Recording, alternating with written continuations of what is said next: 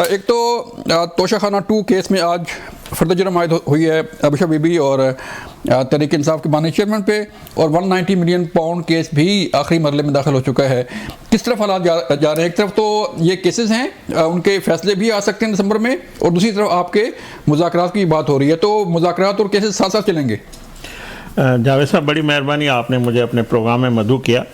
देखें, जो केसेस अदालतों में है, मैं समझता हूँ जो भी फैसला है वो अदालत आला को करना है, और जो भी उन पे इल्ज़ाम है या जो उनके जुर्म है, जो भी वो अदालतों को ही फैसले करने हैं।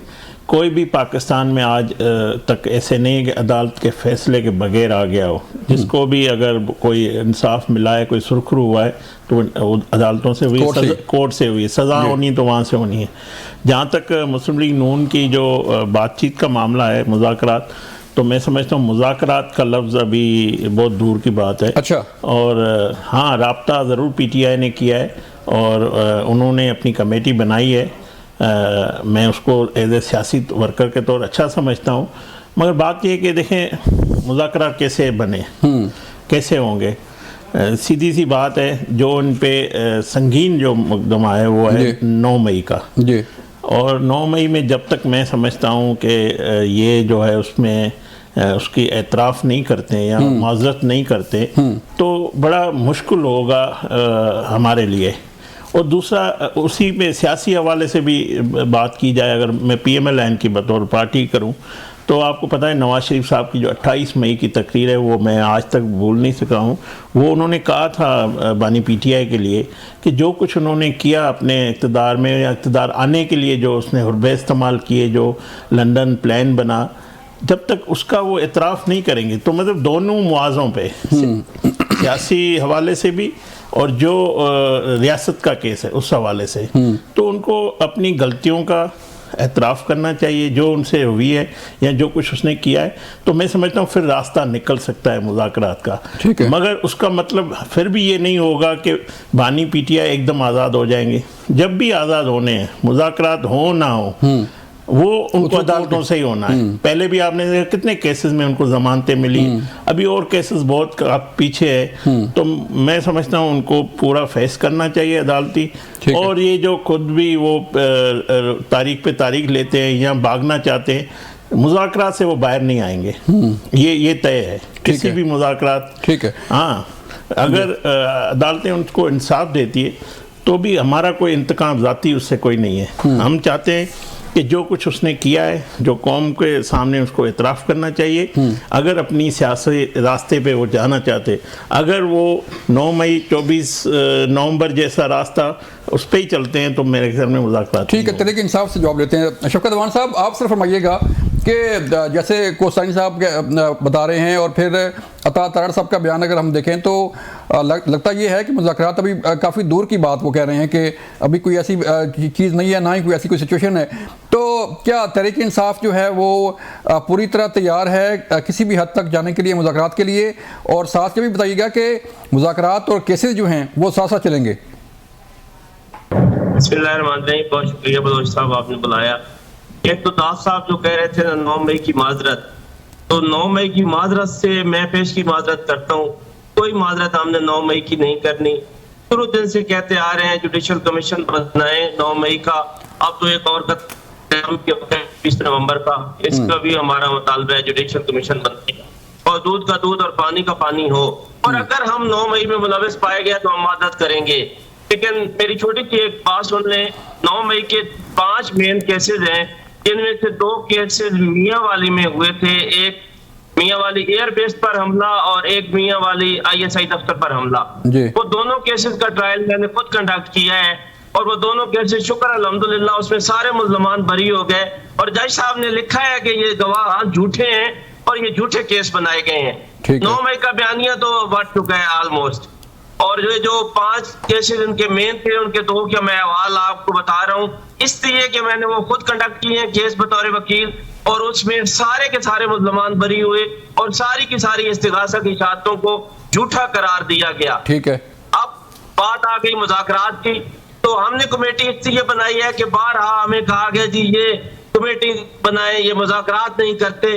हमने कमेटी बना दी है और किसी के आगे ये झोली नहीं फैला रहे कि आए हमसे मुज़ाकरात करें। कमेटी इसलिए बनाई है कि ये हम पे इतराज़, ये मुज़ाकरात नहीं करते। हमने कमेटी बना दी, हमें भी पता है कि इनका बेचारों का कितना सारा इनके पास डिसीजन पावर है और इन्होंने कितने सारे मुज़ाकरात करने हैं। कमेटी हमने हुज्जत तमाम की है कि ये ना कहें कि जी ये मुज़ाकरात करते नहीं। बाकी कोई नहीं करना चाहता तो हम किसी की झोली नहीं फैला रहे कि मुज़ाकरात ना करे। अगर कोई करना चाहता है तो हमारी कमेटी बन गई है, लेकिन हम करेंगे। शफकत साहब, दिसंबर बड़ा अहम करार दिया जा रहा है। जो केसेस हैं तहरीक इंसाफ के बानी चेयरमैन के 190 मिलियन पाउंड केस है, तोशाखाना 2 केस जो है आज फर्द जुर्म आयद हुई, तो क्या समझते हैं कि दिसंबर में ये फैसले आ सकते हैं? आप वकील भी हैं। पैसे जिन्होंने लिख के भेजने हैं अब उनको पता है, जजेस बेचारों को तो नहीं पता उन्होंने फैसले कब करने हैं। जब उनको ऊपर से लिखे लिखाए फैसले आ जाएंगे वो अदालत में जाके सुना देंगे। ना तो वकीला को पता है, ना जजेस को पता है, ना प्रोसिक्यूशन को पता है। ये तो उनको पता है जिन्होंने जजेस को कहना है कि आज इसमें सजा कर दें। जिस तरह अदालतें पहले फैसले करके और वो परेशान भी हैं और उनका भरम भी टूट गया है कि जिस तरह उन्होंने सजाएं दी हैं और फिर हाई कोर्ट्स में उनको कहा गया कि आपने किन केसेस में इद्दत केस हो या दूसरा हो सजा दे दी। ऐसी भी कोई सजा दिलवाएंगे हमें, तो मुझे तो ये यकीन है।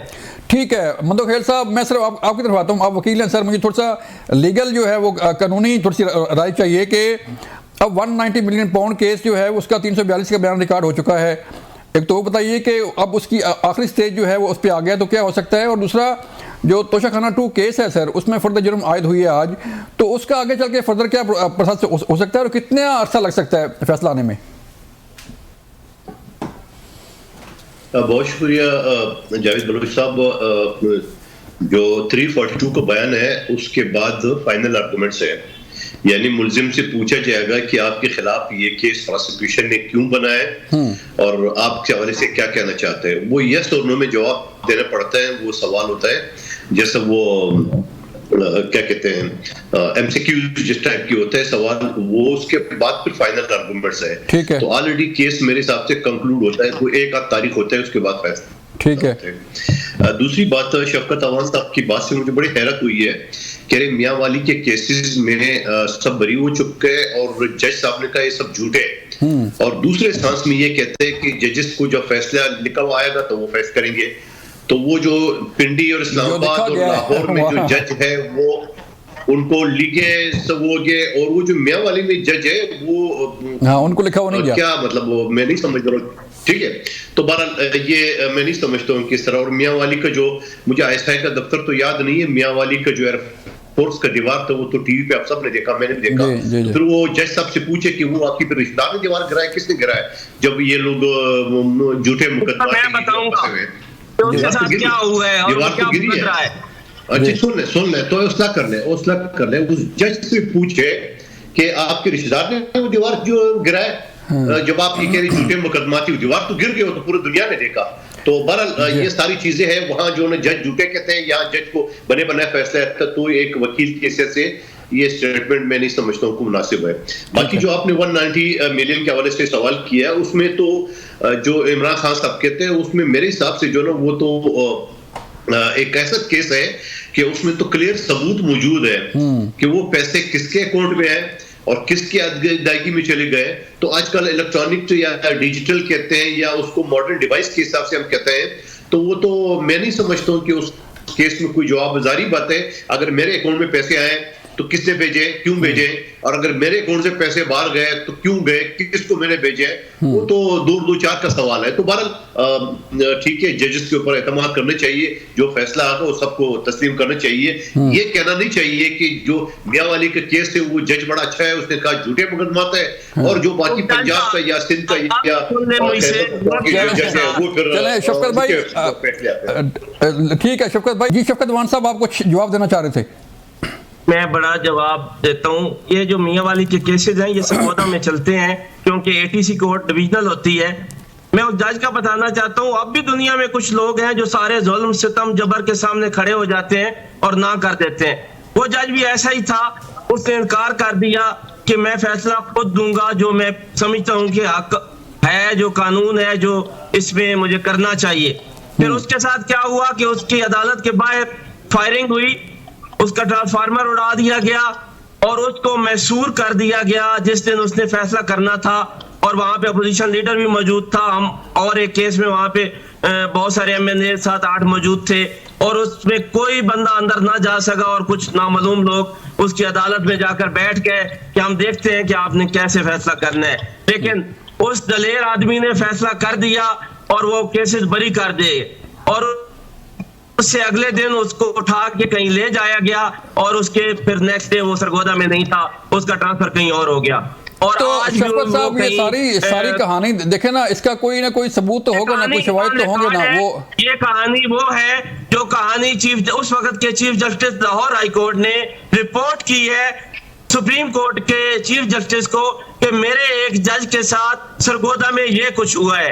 अब कोई आंखें बंद कर ले जुडिशरी, और आज तक ना तो उन 7 जजेस का कोई फैसला हुआ है जिन्होंने खत लिखा था और ना इस जज के बारे में कुछ फैसला हुआ है। इसके बारे में उस वक्त के chief justice Lahore high court ने चीफ जस्टिस सुप्रीम कोर्ट को लिखा था कि मेरे कुछ हो गया है। मियांवाली एयरफोर्स बेस पे आईएसआई के दफ्तर में हमला तो हुआ था या हमला भी नहीं हुआ? वो जो फुटेज टीवी पे आए थे वो हमला ही नहीं हुआ, तो फिर ये कह दो ना। ये तो चीफ जस्टिस ने लिखा है लाहौर हाई कोर्ट ने। नहीं वो सवाल ये कर रहे हैं शफकत साहब, वो सवाल ये कर रहे हैं शफकत भाई, वो ये सुप्रीम कोर्ट में मंदोखेल साहब सवाल ये कर रहे हैं, शफकत साहब मंदोखेल साहब सवाल ये कर रहे हैं कि क्या मियांवाली एयर बेस के जो जहाज जलाया गया था, जो जलाओ घराव हुआ था, जो फुटेज चली है, वो सही था या गलत था?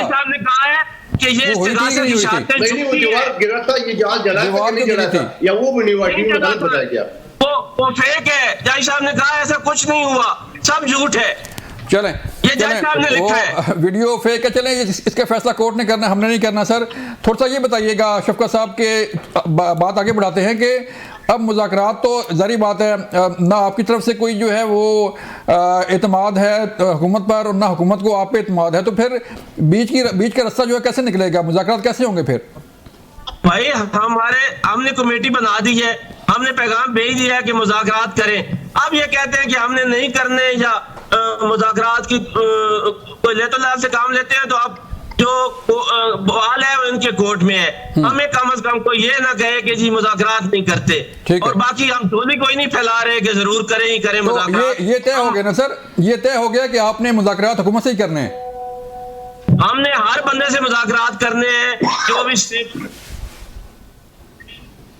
चलें, वो हुकूमत है या वो हुकूमत को चलाने वाले हैं। चले कोसानी साहब एक तो बताइएगा कि ये जो मुज़ाकरात की बात हो रही है वो तो इत्मीनान सादी है ही नहीं ना, और अब उमर अयूब साहब ने ये कहा था कि चाहे वो इंसान हो चाहे वो फरिश्ते हों मुज़ाकरात होंगे।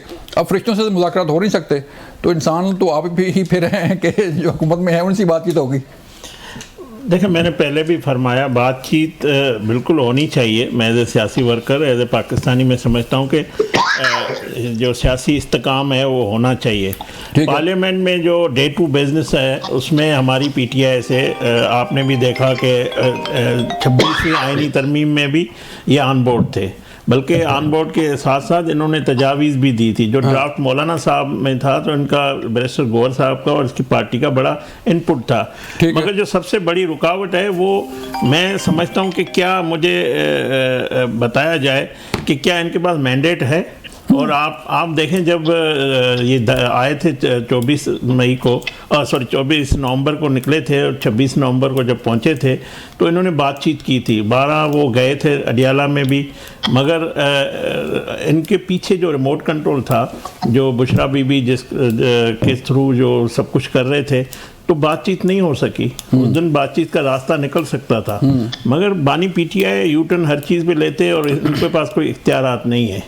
और जब तक उसके वो रास्ता इंतखाब उसको करना है कि वो सियासी रास्ता उस पर चलते हैं या जो 9 मई और 26 नवंबर वाला रास्ता है वो करते हैं। तो दूसरा रवैया देखें ना, आज भी इनकी जो सोशल मीडिया है, जो बाहर लोग इनके बैठे हुए किसके कहने पे हमारे इदारों के ख़िलाफ़ पाकिस्तान के ख़िलाफ़ जो कुछ कर रहे हैं। इवन आप देखें इनका डिप्टी स्पीकर जो था, जो आइन शिकन है, उन्होंने खुद बानी पीटीआई को कहा कि वो पागल हो गया है, उसको जहनी मरीज़ बना रहे हैं, उसको ये थ्रेट कर रहे हैं। अब मुझे बताएं कि एक इनकी पार्टी का सीनियर रहनुमा डिप्टी स्पीकर को ओहदे पे विराजमान था, वो आज इस तरह की बात गुफ्तगू कर रहे हैं जिसको बैरिस्टर गौहर साहब डिनाई कर रहे हैं। तो मैं समझना पीटीआई इस वक्त जो है वो टुकड़ों में बटी हुई है, किसी के पास मैंडेट नहीं है कि कोई बात करे। जब तक बानी पीटीआई रास्ता जो है सियासी उसका आगाज़ नहीं करेगा तो कोई बातचीत का मकसद भी नहीं पूरा होगा। ठीक है मुदख्खिल साहब, आप इत्तेफाक करते हैं कोसानी साहब से कि ये जो तहरीक इंसाफ के पास मैंडेट की बात कर रहे हैं, वो तो खैर मैं जवाब लूँगा, शौकत वान साहब से पूछूंगा, लेकिन आप समझते हैं कि जो अगर मुज़ाकरात हों तो जो तहरीक इंसाफ की कमेटी है वो इन पार है, उनके उसके पास मैंडेट है कि वो कोई फैसला कर सके? मुदख्खिल साहब नहीं, मैं नहीं समझ रहा हूँ कि मैं नहीं समझता हूँ कि उनके पास इख्तियार हो, क्योंकि इससे पहले ये इख्तियार महमूद खान चगजी साहब को दे चुके थे, लेकिन उसको वापस दिया गया है। और अब जो इस कमेटी को दिए है इख्तियार और फिर कमेटी बना के ये चुप के बैठ गए, तो मेरे ख्याल में उनका ये ख्याल है कि हुकूमत आएगा, झोली फैलाएगा, आए खुदा का वास्ता हमसे मुज़ाकरात कर लें। ये मेरे ख्याल में उनकी भूल है। 24 और 20 नवंबर का जो 9 मई का एपिसोड हुआ है, तो उस एपिसोड के बाद मैं नहीं समझता हूँ कि हुकूमत इस स्टेज पे मौजूद है कि उनके सामने वो घुटने टेक दे। बहरहाल मुज़ाकरात का जो दरवाजा है, पीपल्स पार्टी हमेशा इसे बिलीव करती है, और हमने जब 2018 में जनरल गैंगस्टर फैज हमीद ने आरटीआई सिस्टम बिठा के और इनको पाकिस्तान पे मुसल्लत किया, उस वक्त भी मेरे चेयरमैन बिलावल भुट्टो जरदारी साहब ने कहा इमरान खान कदम बढ़ाओ, हम तुम्हारे साथ है। 2024 के इलेक्शन के बाद भी जब ये आजादी से सीजे थे, तब भी खुर्शीद शाह साहब ने इनको ऑफर की आइए हम आपको सपोर्ट करते हैं गैर मशरूत। फिर ज्वाइंट सेशन में आसिफ अली जरदारी साहब ने इनको ऑफर किए आइए, लेकिन हर मरतबा असब तरबियत वही गाली गलोच से नवाजा गया। तो मैं ये समझ चलो ठीक है, वो कहता है ना कि सुबह को बुलाओ शाम को आता है, तो उसको बुलाओ नहीं कहते हैं। तो मैं अब भी अगर वो इस बात पे आ गए कि मुज़ाकरात करेंगे, लेकिन मुज़ाकरात का इख्तियार अभी भी जो जेल में बैठा हुआ इमरान खान साहब है उनके पास है, और वो किसी वक्त भी जो है ना वो यू टर्न ले सकते हैं। और ये कमेटी के तो मेरे हिसाब से कोई हैसियत नहीं है। महमूद खान या चगजी साहब एक मोतबर सियासतदान है और एक खानदानी शख्सियत है, जब उनको भी उन्होंने रिस्वा किया है, इख्तियार दे के वापस लिया, तो मैं समझ रहा हूँ इस कमेटी की कोई हैसियत नहीं है। लेकिन बहरहाल मैं फिर भी ये कहूंगा ठीक है, एक और चीज़ सर के मौलाना फजल रहमान साहब क्यों आप पे जो है वो नाराज़ हैं कि उनके साथ धोखा हो गया है? आपका बिल उनका जो बिल था आपने साइन नहीं किया, प्रेसिडेंट ने वापस कर दिया, तो अब क्या कोई नया बिल आ रहा है, कोई बातचीत हो रही है, कोई डायलॉग हो रहे हैं कोई? नहीं, वो मैं ये समझ रहा हूँ कि पहले दिन मुस्लिम लीग नून के सेनेटर अफनानुल्लाह खान साहब ने मीडिया पे ये कहा कि भाई हमारी तरफ से तो क्या है, ये तो पीपल्स पार्टी से पूछे, उनकी सदर ने जो है ना वो बिल मुस्तरद किया है। तो मैं ये समझ रहा हूँ उस बिल के हवाले से कानून के तालिब इल्म से मैं आपके साथ सवाल रखता हूँ कि अगर कोई अस्पताल आप रजिस्टर करना चाहे तो वो वजारत सियासी के तहत रजिस्टर करेंगे या वजारत स्पोर्ट्स या वजारत मईशत है? तो यकीनन ये मदरसे एजुकेशन है, तो वजारत एजुकेशन के तहत उनको रजिस्टर्ड होना चाहिए। और जहां तक सदर पाकिस्तान में एक जारी बात है, एक पार्लियामेंट का एक हिस्सा है सेनेट कौमी असम्बली और ऐवान सदर, तो उनने जो लीगल उसके ऊपर एतराज़ात की है, और वो एतराज़ात यही है, पहले दिन से मैं कहता आ रहा हूँ कि वजारत एजुकेशन के तहत उनको रजिस्टर्ड होना चाहिए। गो के कौमी असम्बली से और सेनेट से बिल पास हुई है, मैं उस बात पर भी यकीन करता हूँ। लेकिन मैं इन कम्युनिटियों का हिस्सा रहा है, पिछले इलेक्शन में खेलदा साहब भी अच्छी तरह वाकिफ है कि जहाँ 18वीं तरमीम के जरिए बहुत सारे जो वजारतें हैं वो सूबाई चैप्टर हो गए, तो जब सूबाई चैप्टर हो गए तो उसको दोबारा वफाक के साथ देने में, तो मैं कहता हूँ कि उस 18वीं तरमीम की खिलाफ वर्जी होगी और सुबह के उमूर में मुदाखलत करने की मुतरादिफ है। तो मैं समझ रहा हूँ फिर भी 16 तारीख को इजलास बुलाए ज्वाइंट सेशन, मुझे उम्मीद है कि इस मसले को ज्वाइंट सेशन में देखा जाएगा और मौलाना साहब खुद असेंबली में मौजूद होंगे, उसको बेहतर तरीके से हल हो जाएगा।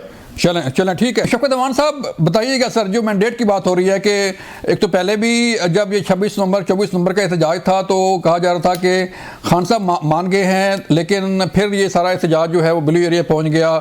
तो अब ये का जो कमेटी बनी है, अभी मुदख्खिल साहब कह रहे हैं कि पहले आपने महमूद खान चगजी साहब को जो है वो मैंडेट दिया कि बातचीत करें, अब वो ख़त्म हो गया, अब एक नई कमेटी बन गई है। तो क्या इस कमेटी के पास मैंडेट है, कोई चीज़ें तय हो गई हैं कि खान साहब के साथ रब्ता ना भी हो तो ये कमेटी जो है वो उसके पास इख्तियार है कोई बातचीत कर ले, कोई फैसला कर ले कोई?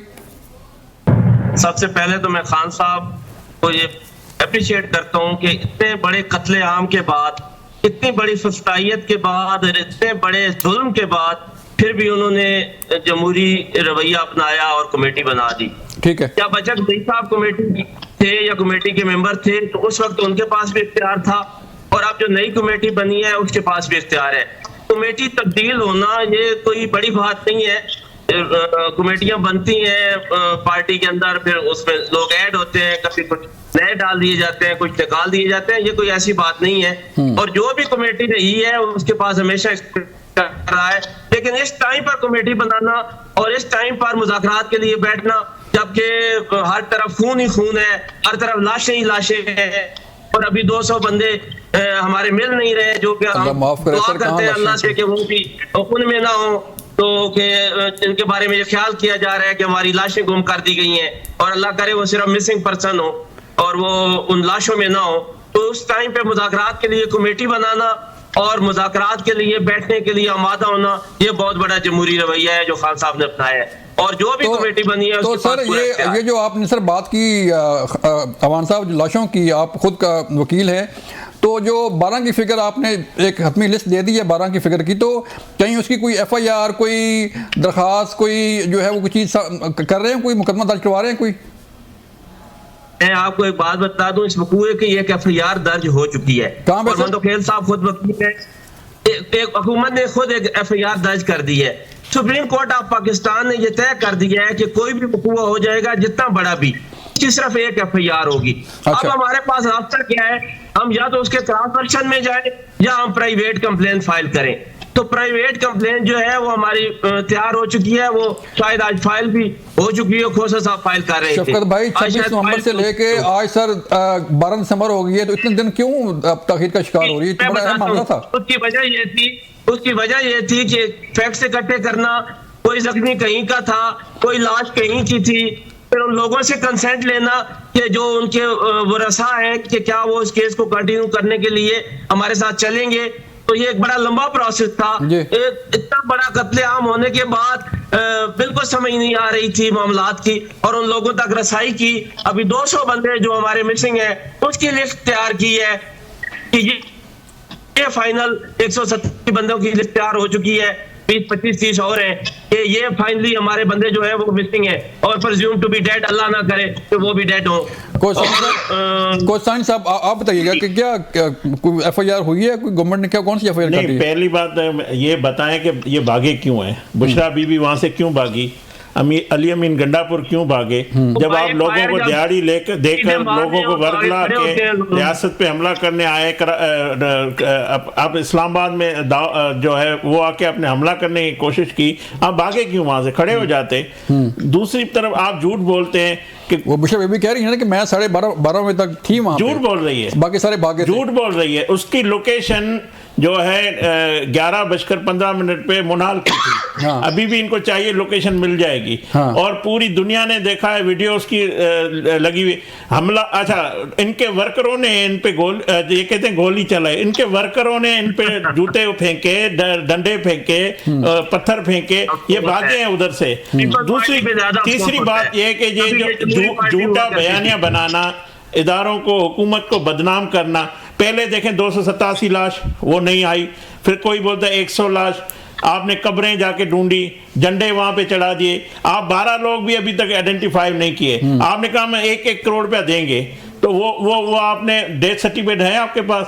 आप कहते हैं मिसिंग। अब ये एक नया इल्जाम, मिसिंग पर्सन। भाई मिसिंग पर्सन है तो आप 200 लोगों की शनाख्ती कार्ड दे दें, उनकी तस्वीरें जारी कर दें। हाँ। आप कब तक? मैं वही कह रहा हूं कि ये रवैया है कि आप रियासत को बदनाम भी करते हैं, हुकूमत को बदनाम भी करते हैं, दूसरी तरफ पैर भी पकड़ते हैं। आप एक रास्ता इख्तियार करें, आप सियासी रास्ता इख्तियार करना चाहते हैं या झूठ, फरेब और इंतशार का रास्ता जो इल्जाम है वो लगाना चाहते हैं? इनके पास तो कोई जवाब ही नहीं है ना।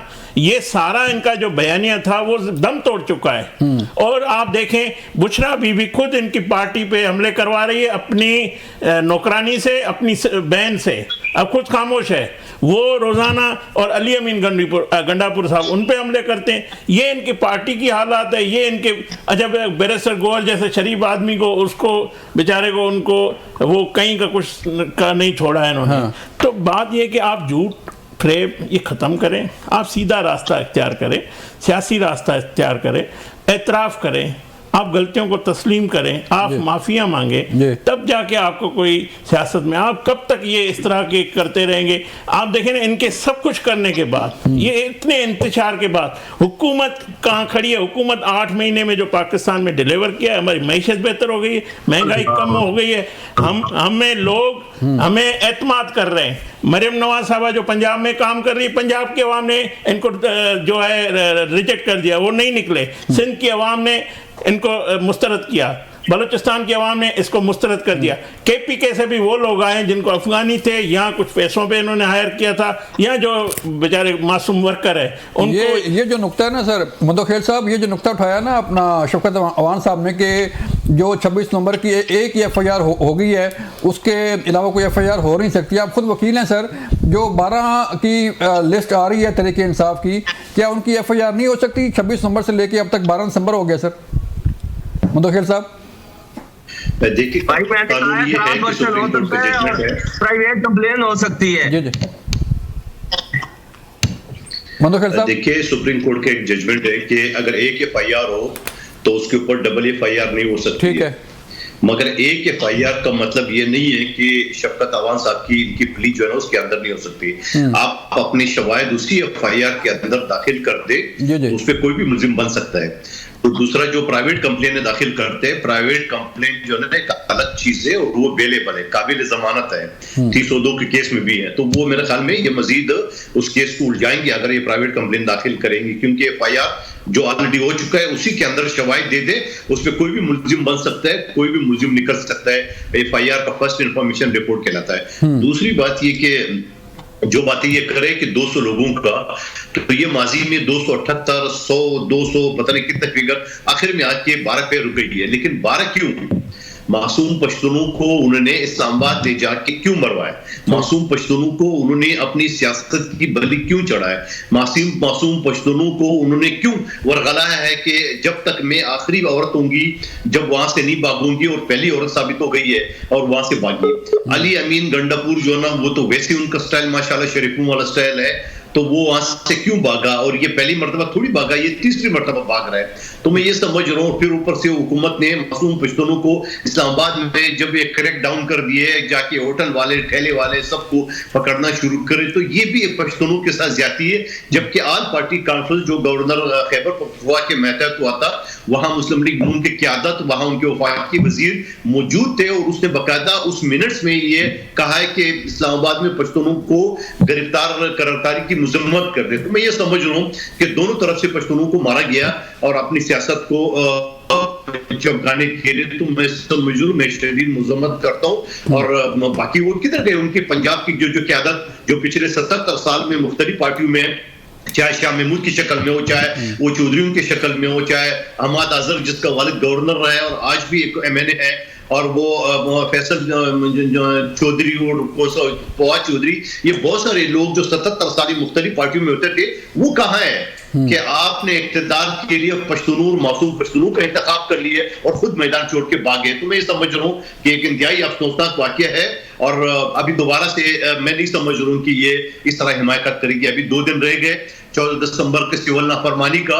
मुझे ये समझ में नहीं आ रही है, कानून के तालिब इल्म के हिस्से से सिविल नाफरमानी का पहले ऐलान कर चुका है, पहले भी बिल पास चुका है, और खुद बनी गाला के बिल उसने पे किए इमरान खान साहब ने। अब अगर आप सिविल नाफरमानी का मतलब ये है कि कोई सरकारी दफ्तर नहीं माना, कोई बिल नहीं जमा करना, तो ये जो खैबर पख्तूनख्वा में इनकी हुकूमत है, तो आखिर फिर क्या, किस तरह हुकूमत होगी जब खुद ही अपनी हुकूमत, अपनी अवाम उनको मानने को तैयार नहीं होगी? तो मैं समझ रहा हूँ एक बचकाना फैसला है, उनके ऊपर गौर करना चाहिए। ठीक है, एक और मैं क्वेश्चन करना चाह रहा हूँ कुछ साहब, जो मसला अभी जो आ रहा है कि बिलावल भुट्टो सरदारी साहब का नाम लिया जा रहा है वज़ीर आज़म के लिए, क्या कोई अंडरस्टैंडिंग है क्या?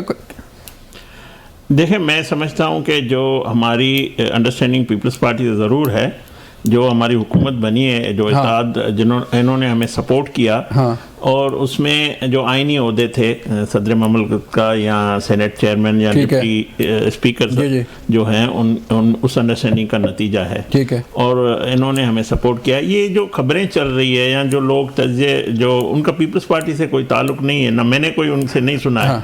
हाँ, अगर कोई भी जमात वो अपना कोई फैसला करती है, वो पार्टी ज़ाहिर है आज़ाद है, मगर जो हमारी पार्टी नून लीग और जो पीपल्स पार्टी है उसकी अंडरस्टैंडिंग ये है, कल कला को पीपल्स पार्टी मेमन साहब कहते हैं कि बिलावल को बड़ा जल्द वज़ीर-ए-आज़म होना चाहिए। देखें क्यों नहीं होना चाहिए। बिलावल भुट्टो साहब अगर वज़ीर-ए-आज़म पार्टी के चेयरमैन है, जब आवाम मैंडेट देगी तो ज़रूर बिलावल साहब को वज़ीर-ए-आज़म, ये तो आवाम ने फैसला करना है ना। आप देखें इस वक्त सबसे ज़्यादा जो इस इत्तेहाद में हमारे वोट हैं, जिसको खुद पीपल्स पार्टी ने तजवीज़ किया और पीपल्स पार्टी की ख्वाहिश थी कि आपके वोट ज़्यादा है तो आप ही बने। अगर उस वक्त भी आपने देखा कि पीपल्स पार्टी चाह रही थी कि हम पीटीआई से मिलकर हुकूमत बनाएं, उनको सपोर्ट करें। पीटीआई नहीं आई तो उन्होंने रास्ता ये इंतखाब किया, नून लीग के साथ आई। तो कल सियासत में कोई हरफे आखिर नहीं है, मगर मुझे कोई चीज़ नजर नहीं। वक्त खत्म हो गया नाज़रीन, ये था आज का प्रोग्राम। अपना ख्याल रखिएगा। अल्लाह हाफिज़।